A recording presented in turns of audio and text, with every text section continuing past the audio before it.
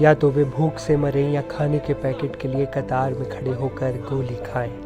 ये एक लाइन है जो रूह में चुभ जाती है। ये ईरान के सर्वोच्च नेता अयातुल्लाह अली खामनेई की आवाज़ है, वो आवाज़ जो इस समय गाज़ा की सड़कों पर गूंज रही गोलियों पर बड़ा दावा किया करती है।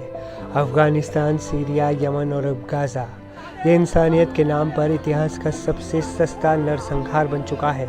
इसी के खिलाफ आवाज़ उठाते हुए ईरान के सर्वोच्च नेता अयातुल्लाह अली खामनेई ने कहा, पहले फ़िलिस्तीनी हज़ारों डॉलर के बमों के नीचे मारे जाते थे, अब कुछ डॉलर की गोलियों से खाने की लाइनों में मारे जा रहे हैं।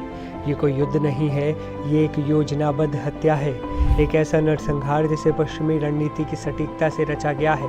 इजराइल ने गाज़ा के फ़िलिस्तीनियों के सामने एक भयानक विकल्प रखा है, या तो वे भूख से मरें या खाने के पैकेट के लिए कतार में खड़े होकर गोली खाएं। संयुक्त राष्ट्र के आंकड़ों के अनुसार सिर्फ 7 मई से 7 जुलाई 2025 के बीच 798 लोग मारे गए। वे लोग जो सिर्फ रोटी लेने के लिए कतार में खड़े थे, निहत्थे थे, भूखे थे और गाज़ा की गलियों में अपने बच्चों को बचाने की उम्मीद में खड़े थे। UNRWA यानी United Nations relief and works agency for Palestine refugees in the near east के प्रमुख फिलिप लाज़ारिनी ने कहा, गाज़ा भूखे बच्चों और मासूम नागरिकों का कब्रिस्तान बन चुका है। गाज़ा के स्वास्थ्य मंत्रालय के मुताबिक 7 अक्टूबर 2023 के बाद से लेकर अब तक 57,882 लोगों की मौत हो चुकी है। सवाल है कि इजराइल गाज़ा में मौत का तांडव क्यों मचा रहा है? जवाब है, इसकी शुरुआत हमास ने की थी।